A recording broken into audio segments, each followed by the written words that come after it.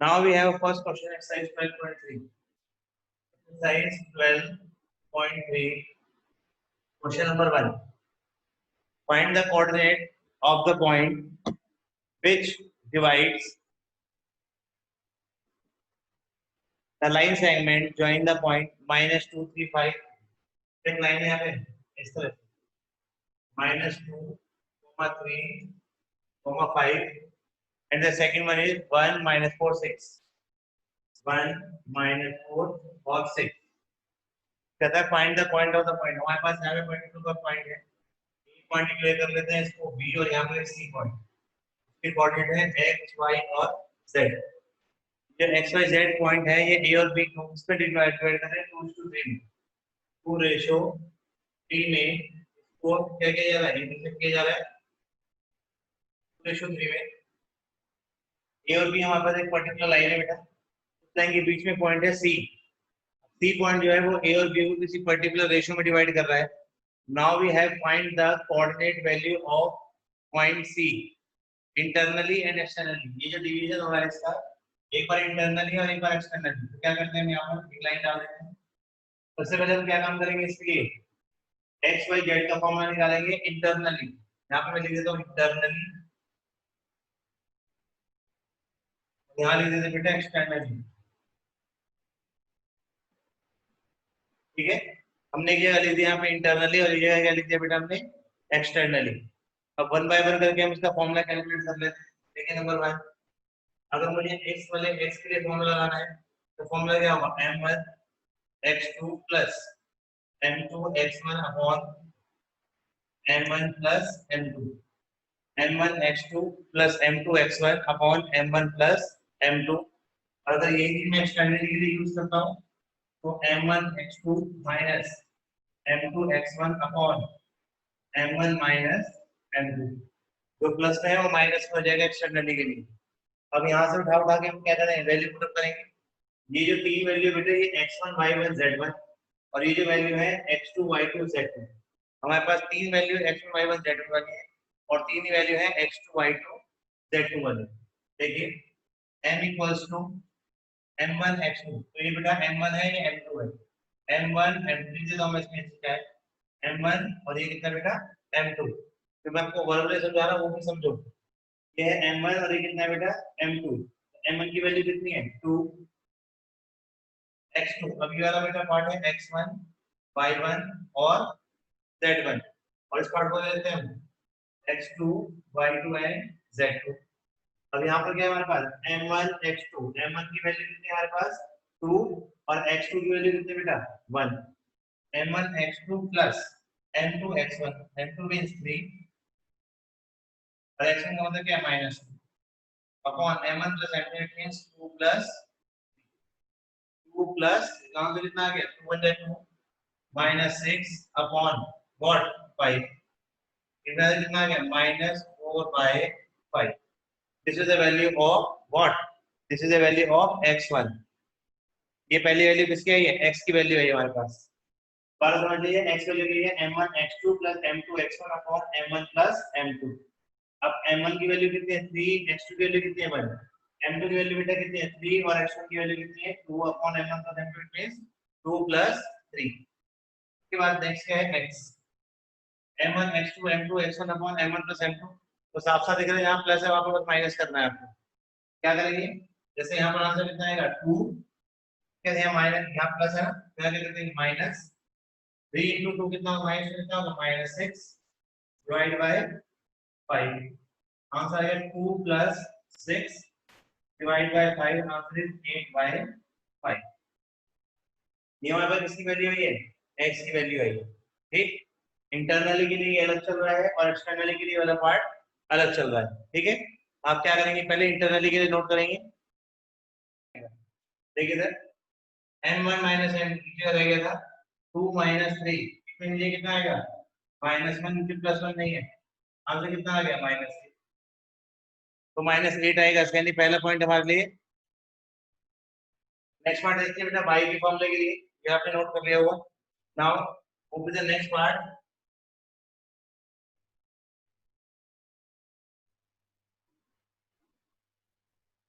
ये y equals to m1 y2 minus m2 y1 upon m1 minus m2। Similarly y is equal to यहाँ plus के लिए है क्योंकि किसका काम चल रहा है, इंटरनली का चल रहा है। ठीक, ये इंटरनली में क्या आएगा, दोनों में प्लस, एक्सटर्नली में दोनों में minus. m1 y2 minus m2 y1 upon m1 minus m2। ठीक, फॉर्मूला पुट अप करेंगे। m1 y2, m1 कितना है 2, y2 की वैल्यू कितनी है -4, प्लस का साइन आएगा। m2 y1, m2 कितना है 3 and y1 is 3 again upon m1 plus m2, it means वही 2 plus कितना आ गया बेटा -8 plus 9 divided by 5, आंसर कितना आ गया 1/5। This is the value of y ordinate, ये y का आंसर है। अब इसे अगर हम एक्सटर्नली के लिए करेंगे तो y इक्वल टू कितना आएगा 2 into -4, पीछे माइनस साइन आएगा 3 into 3 upon m1 minus m2 2 minus 3। यहाँ से आ गया -8 -9 अपॉन -1, क्या आ गया -17 अपॉन माइनस माइनस कैंसिल हो बेटा, क्या आ गया 17। ठीक, ठीक है बेटा, ये पार्ट अगर z के लगाया जाए तो z is equal to m1 z2 plus m2 z1 upon m1 plus m2, और इसमें z के लगाया जाएगा तो कितना आएगा m1 z2 minus m2 z1 upon m1 minus m2। अब देखिए z इज इक्वल टू कितना होगा, m1 की वैल्यू कितनी है 2, z2 यानी कि 6 plus m2 z1, it means 3 into 5 upon 2 plus 3।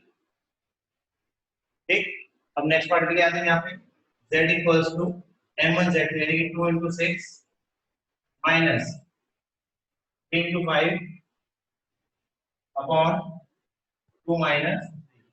Now the answer is 12 minus 15 divided by what, -1। यहाँ सब में कितना आएगा -3 अपॉन -1, ठीक है, आंसर किया कितना आ गया 3/1।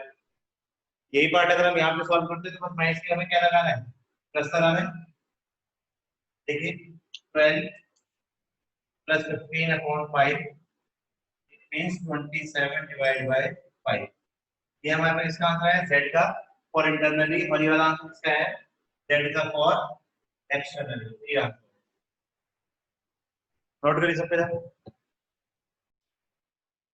Now the second question is given that P Q R are collinear। collinear का मतलब बेटा आपको पता ही होगा कि एक लाइन पर है 3 पॉइंट्स डिक्लेयर करना P Q and R। Now we have 3 points P Q R।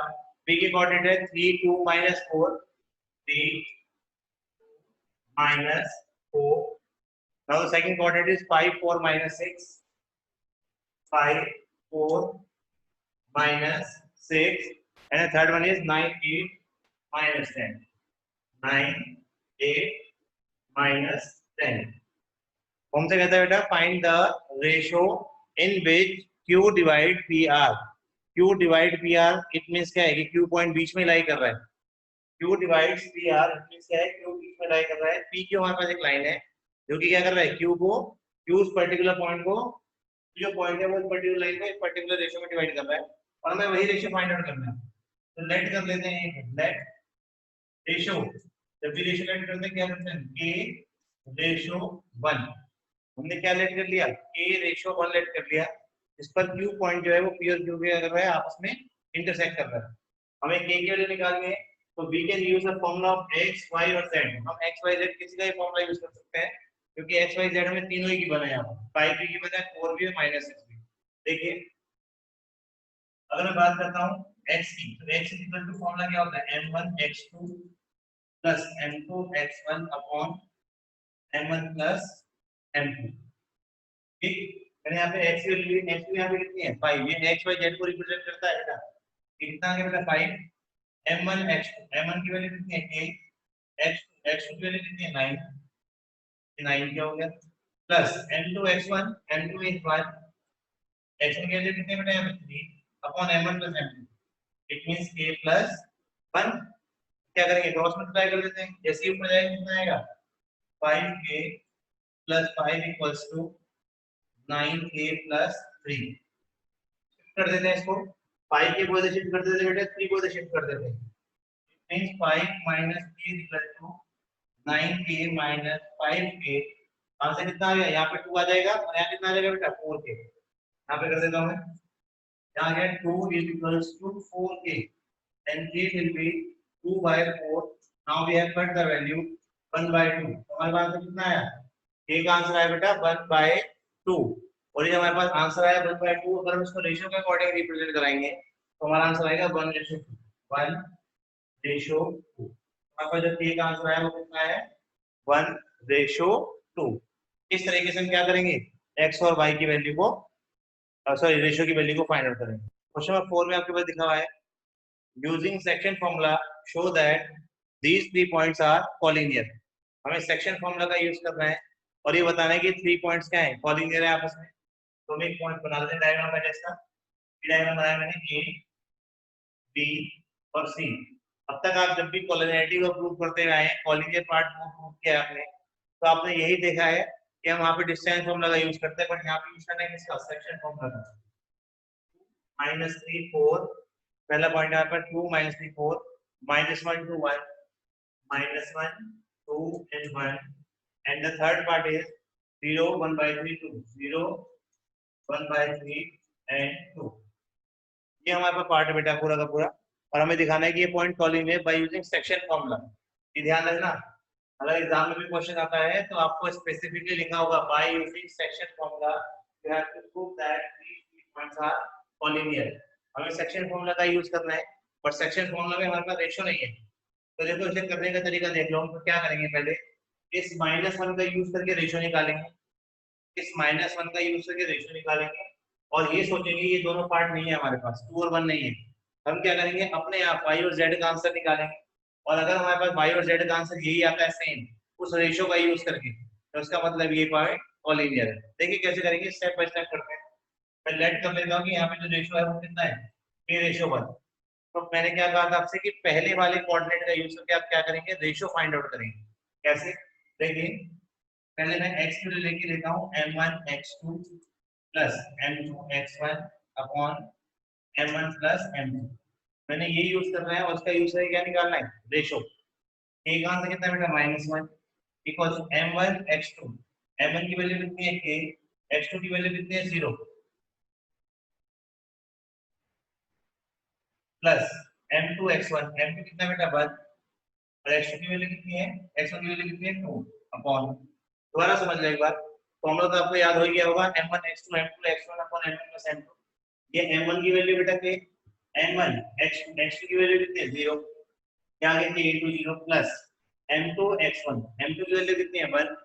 और x1 की वैल्यू कितनी है? 2 upon m1 plus m2 means k plus 1। k plus 1 क्या करेंगे? k प्लस 1 को यहां मल्टीप्लाई करेंगे तो हमारे पास कितना आंसर आएगा? -k and -1 equals to, a को 0 से करोगे तो 0 बेटा, यहाँ करेंगे सिर्फ 2 रह गया, यहाँ पर रह गया हमारे पास 2। इस माइनस को शिफ्ट कर देंगे तो ये आ जाएगा 3। It means -k equals to 3, और we can say k equals to -3। तो यहाँ से k का आंसर कितना आ गया बेटा? -3। तो इट मींस अब जो रेशियो हम यूज करेंगे वो k रेशियो 1 नहीं करेगी। हमारे पास जब k का आंसर आ चुका है, अब हम सोचेंगे कि y की वैल्यू अननोन है। आप लेट कर लो कि हमें y की वैल्यू पता ही नहीं है, यहाँ पे हम यूज ही नहीं कर रहे y की वैल्यू को, हम तो किसका यूज कर रहे हैं? k की वैल्यू का। हाँ, अगर k की वैल्यू का यूज करके हमारा आंसर y का आंसर 2 ही आ जाएगा और z का आंसर 1 ही आ जाएगा, तो इसका मतलब क्या है? ये कॉलिनियर प्रूव हो जाएगा। अब देखिए कैसे, मैंने यहाँ पे ना फॉर द टाइम की वैल्यू हटा दी, यहाँ पे लिख दिया y और यहाँ लिख दिया z, जबकि मुझे पता है कि y और z की वैल्यू क्या है? 2 और 1 है, लेकिन मैंने यहाँ पे फॉर द टाइमिंग आपके यूज के लिए ये वैल्यू रिमूव कर दी। अब मैं y की वैल्यू निकालूंगा, y की वैल्यू निकालूंगा। आपको बता भी देता हूँ कि y की वैल्यू हमारे पास क्या आनी चाहिए? y की वैल्यू आनी चाहिए हमारे पास 2, यानी ऊपर लिख देता हूँ मैं इसको -1 2 और 1, ये हमारे पास एग्जैक्ट आंसर आना चाहिए, है ना? तो अब क्या करेंगे? यहाँ पे इस y की वैल्यू का यूज करके y की वैल्यू निकालेंगे, वही formula m1/2 plus m2/1 upon m1 plus m2 equals to, value find out करेंगे। m1 की वैल्यू कितनी है? k। m1 की वैल्यू यानी k, k कितना है? -3। अब आप मैंने यहाँ पे ब्रैकेट में लिख दिया -3:1 आप इसका यूज करेंगे, -3:1 का। ठीक है, तो यहाँ पे कितना है, m1 की वैल्यू कितनी -3 इंटू y2 की वैल्यू कितनी है 1/3 प्लस m2 m2 का मतलब कितना है 1 और y1 का वैल्यू कितना है -3 अपॉन m1 प्लस m2 यानी कि -3 प्लस 1। इसको से कैंसिल करो, आ गया -1, ये कितना आ गया -3 और नीचे कितना आ गया -2, -4 डिवाइड बाय -2 कट के बेटा आंसर कितना आ गया 2 आ गया। इट मींस y का आंसर कितना आ गया हमारे पास 2, जो कि हमने सोचा था कि हाँ हमारे पास आंसर आना भी चाहिए y की वैल्यू 2, तभी हमें कोऑर्डिनेट प्रूव करनी है। इसका यूज करके हमारे पास अपने y का आंसर कितना आ गया 2 आ गया। अब सिमिलरली आप क्या करेंगे z का आंसर निकालेंगे। ठीक है, मैं इस साइड कर देता हूं z का आंसर। देखिए z का फॉर्मूला क्या है, m1z2 plus m2z1 upon m1 plus m2। ठीक, अब z की वैल्यू अगर हमें निकालनी है, मुझे नहीं पता z की वैल्यू क्या है, लेकिन मेरा आंसर 1 आना चाहिए, तो मुझे कोऑर्डिनेट प्रूव करनी है। z equals to m1z2, m1 की वैल्यू कितनी -3 इंटू z2 की वैल्यू कितनी है 2 प्लस 1 इंटू z1, z1 की वैल्यू बेटा कितनी है 4 divide by m1 plus m2 -3 plus 1, answer कितना आ गया -6 plus 4 upon -2। Now the we get the answer -2 divide by -2। Cancel किया, क्या आंसर आ गया बेटा z का, z का आंसर कितना आ गया 1। यहाँ से y का आंसर 2 आया था बेटा हमारे पास, ये वाला पार्ट, और यहाँ से z का आंसर कितना आ गया 1। और यहाँ से x की वैल्यू का यूज करके मैंने अपना रेशियो निकाला था, उस रेशियो का यूज किया मैंने y और z की वैल्यू निकालने के लिए, और y और z की वैल्यू वही आई है यहाँ पर जो हमें क्वेश्चन में गिवन था। इट मींस हमारे पास क्या हो गया, कोऑर्डिनेट प्रूव हो गई है। ठीक है, एक तो चाहिए so the above conclusion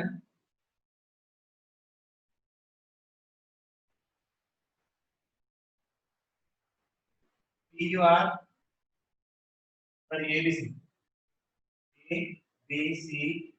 are collinear।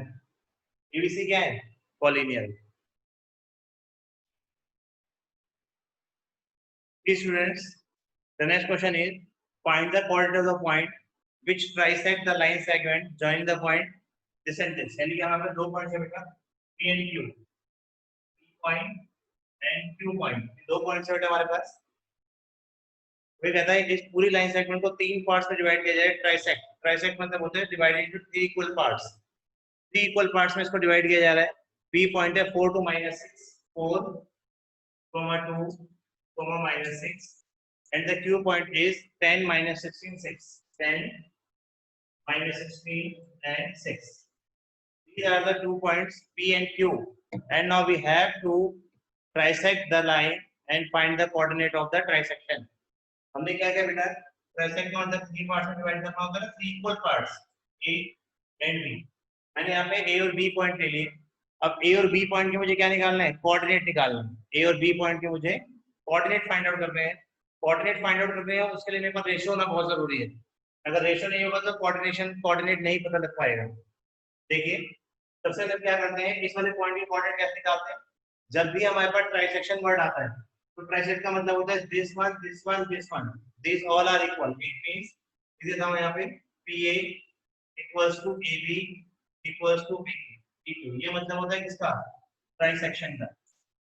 Trisection का मतलब होता है divided into three equal parts.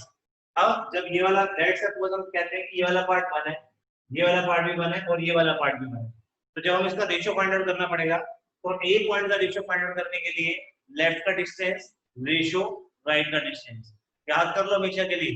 जब भी ट्राइसेक्शन आएगा तो जिस पॉइंट का आपको रेशियो निकालना हो उससे लेफ्ट का डिस्टेंस और उससे राइट का डिस्टेंस। देखिए इसका लेफ्ट का डिस्टेंस कितना था 1 रेशियो, इससे राइट का डिस्टेंस कितना है 1 और 1 कितना 2। क्या आ गया हमारे पास रेशियो 1:2। इस तरह से बी पॉइंट पर आ जाओ, जब बी पॉइंट का रेशियो निकालना होगा तो पहले लेफ्ट का डिस्टेंस रेशियो राइट का डिस्टेंस, इट मींस 2:1। ठीक है, दोबारा समझ लो इसको। मैंने आपको बताया ट्राइसेक्शन वर्ड आ जाए, अगर लेट सपोज ट्राइसेक्शन की जगह पे आ जाए मतलब डिवाइडेड इनटू 4 इक्वल पार्ट्स, वो भी समझ लो।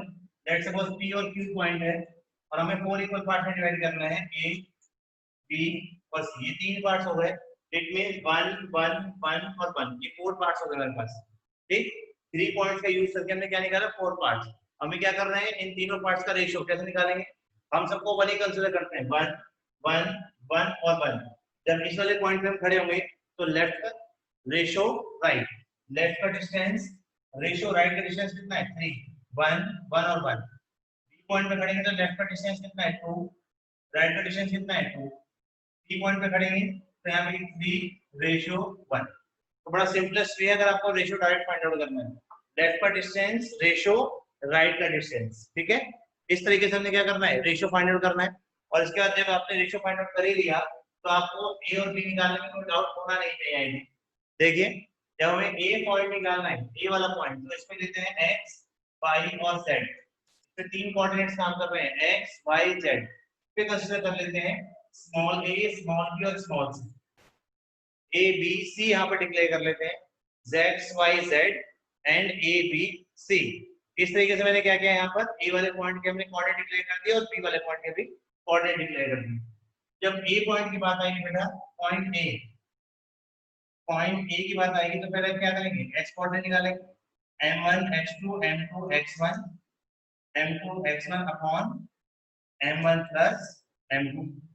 ठीक, इसकी वैल्यू पुट अप कर देते जल्दी से, m1 x2 m1 की ये m, जब a की बात होगी तो बेटा m1 ये होगा m2 ये होगा, जब b की बात होगी तो m1 ये होगा और m2 ये होगा, m1 और ये कितना होगा m2।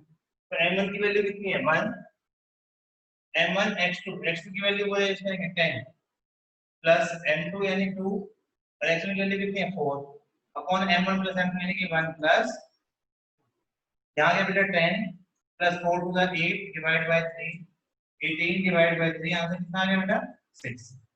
तो ये पॉइंट हमारे पास किसका आया, x का पॉइंट आया। ठीक, इस तरह से मैं y का भी यही निकाल देता हूँ, नहीं को उठा देते हैं जिससे कि y का आ जाए। देखिए y इक्वल्स टू, अभी ये किसका पॉइंट, पॉइंट a का डिक्लेरेशन कर रहा है, m1 y2 plus m2 y1 upon m1 plus m2। अब m1 की वैल्यू कितनी है 1, y2 कितना है -16 प्लस m2 2 और y1 कितना बेटा 2 divide by m1 plus m2 1 plus 2। बेटा आंसर कितना आ गया यहाँ पे -16 plus 4 divide by 3 -12 divide by 3 कितना आ गया -4। This is the second value of y। ठीक, ये वाला x का, ये x का आंसर है, वो वाला y का आंसर है बेटा। इससे हम क्या करेंगे, z का आंसर निकालेंगे। अब z का आंसर के लिए क्या करते हैं, मैं थोड़ा सा उधर कर देता हूं, देखिए इधर z equals to m1 z2 plus m2 z1 upon m1 plus m2। It means 1 into 6 plus 2 into -6 divided by what, 1 plus 2। Answer आ गया 6 minus 12 upon 3। आंसर आ गया बेटा -6 divided by 3, आंसर आया कितना -2। ये वाला किसका आंसर आ गया, z का आंसर आ गया। तो इट मीन हमने किसका वैल्यू निकाली, x निकाली बेटा, y की निकाली और z की। ठीक है, x y and z, x का आंसर ये आ गया, y का ये आ गया, z का आ गया। आंसर आया 6 -4 -2, 6 -4 -2। Now find the value of ABC। अब क्या करेंगे, ABC का आंसर निकालेंगे किस मेथड से, सेम मेथड से, बस रेशियो चेंज हो जाएगा। यहाँ पे रेशियो जैसे वहां पे 1:2 था, अब की बार 2:1 हो जाएगा। By this way we can find the value of x y z and ABC।